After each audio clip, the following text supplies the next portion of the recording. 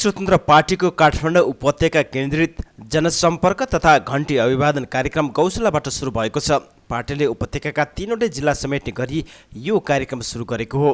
एउटै लक्ष्य, एउटै आवाज, एउटै प्रतिबद्धता भन्ने मूल नाराका साथ आयोजना भएको कार्यक्रमको उद्देश्य जनतासँग प्रत्यक्ष भेटघाट र जनसम्पर्क विस्तार गर्नु रहेको पार्टीले जनाएको छ। पशुपतिनाथ प्रदेशद्वार नजिकैको गौशालाबाट सुरु भएको यो अभियान बेलुकी 36 बजे वनस्थली स्थित पार्टीको केन्द्रीय कार्यालय पुगेर समापन भएको छ। नेपाली काङ्ग्रेसका सभापति गगन कुमार थापाले काङ्ग्रेस सबै जात जातिको साझा पार्टी भएकाले अहिले अवसर नपाएका स्थानीय समुदायले आउने स्थानीय र प्रदेश चुनावमा मौका पाउने बताएका छन्। बाराको कोलोही नगरपालिकामा शनिबार आयोजित बारा क्षेत्र नम्बर 1 स्तरीय चुनावी सभालाई सम्बोधन गर्दै उनले अवसर नपाएका स्थानीय समुदायले स्थानीय र प्रदेशमा पाउने बताए। काङ्ग्रेस सबैको साझा पार्टी हो, साझा पार्टीमा सबैले पालो पाउनुहुनेछ। उहाँहरूले जहाँ जहाँ अन्याय महसुस गर्नुभएको छ भन्ने लागेको छ, अब आउने स्थानीय र प्रदेश सभाको चुनावमा अवसर पाउनुहुन्छ। यहाँ साथीहरूले सबैलाई मिलाएर लैजान आग्रह गर्न चाहन्छु। उनले भने, हामीले आज केही कमजोरी भएको छ भने प्रदेशको चुनावमा सच्याउने काम गर्नेछौँ। नेपाली काङ्ग्रेसका उपसभापति विश्वप्रसाद शर्माले सुशासन स्थापना गर्न पहिला शीर्ष नेताकै सम्पत्ति छानबिन सुरु हुने बताएका छन्।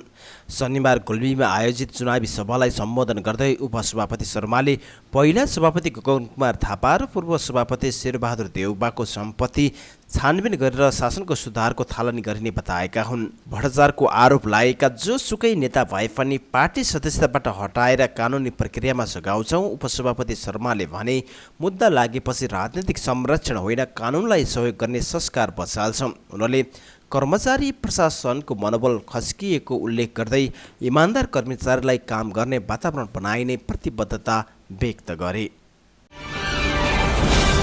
नेपाली कम्युनिस्ट पार्टीका संयोजक पुष्पकमल दाहाल प्रचण्डले प्रत्यक्ष कार्यकारी प्रमुखको मुद्दा आफ्नो पार्टीले नछोडेको बताएका छन्। शनिबार रोल्पामा आयोजित चुनावी सभालाई सम्बोधन गर्दै प्रचण्डले त्यो मुद्दा चुनावपछि संविधान संशोधन गरेर पूरा गर्ने बताएका हुन्। देश अहिले जहाँ छ, हाम्रै सङ्घर्ष, हाम्रै योद्धाहरूको बलिदानका कारण छ। प्रचण्डले भने, हामी सुरुदेखि नै प्रत्यक्ष कार्यकारी प्रमुखको आवाज उठाउँदै आएका हौँ, त्यो अझै पूरा भएको छैन। यस्तै नेकपा पूर्ण समानुपातिक निर्वाचन प्रणालीको पक्षमा नै अडिग रहेको उनले बताए। उनले अगाडि भने, हामीले यस्तो खर्चिलो र महँगो निर्वाचन प्रणाली खोजेका होइनौँ, हामीले पूर्ण समानुपातिक निर्वाचन प्रणाली मार्फत आम नेपालीको अभिमतलाई सम्मान गर्न चाहेका हौँ। अब निर्वाचनपछि संविधान परिमार्जन गर्ने प्रचण्डले बताए। यसका लागि नयाँ अभियान र दोहोरो अडानको आवश्यकता रहेको उनले बताएका छन्। श्रम संस्कृति पार्टीका अध्यक्ष हर्कराज साङपाङ राईले पुराना राजनीतिक दलहरूले देश र जनताका लागि काम नगरेका कारण आफूहरू बाध्य भएर चुनावी मैदानमा उत्रिनु परेको बताएका छन्। शनिबार ललितपुरको जाउलाखेलमा आयोजित पार्टीको चुनावी सभालाई सम्बोधन गर्दै उनले पटक पटक जनताले जिताएर पठाउँदा पनि नेताहरूले देशको अवस्था सुधार्न नसकेको आरोप लगाएका हुन्। उनले अबको विकल्प श्रम र संस्कृति बुझेका शक्तिहरू नै भएको दाबी गरे। अध्यक्ष साङपाङले हालको जेनजी आन्दोलनपछि मुलुकमा सङ्कटमा पर्दा ठुला भनिएका दलका नेताहरू कतै नदेखिएको तर्क गरे। सङ्कटका बेला जनतालाई साथ दिनुको साटो उनीहरू जिम्मेवारीबाट पन्छिएको उनको भनाइ थियो। सम्बोधनका क्रममा उनले राष्ट्रिय स्वतन्त्र पार्टीमाथि कडा प्रहार गरे। घन्टी बजाउँदै आएको रासपा अब नयाँ दल नरहेको उल्लेख गर्दै उनले यसका सभापति 2 पटकसम्म उपप्रधान एवं गृहमन्त्री भइसकेकाले आफूलाई नयाँ भन्न नमिल्ने बताए।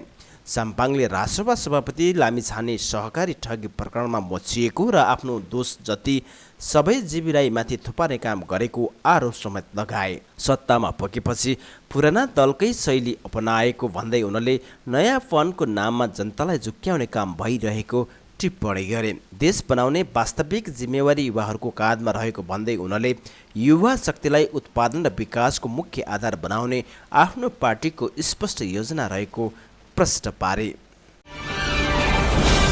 नेपाली काङ्ग्रेसका पूर्व सभापति एवं पूर्व प्रधानमन्त्री शेरबहादुर देउबा सिङ्गापुर उडेपछि विभिन्न टीका टिप्पणी सुरु भएको छ।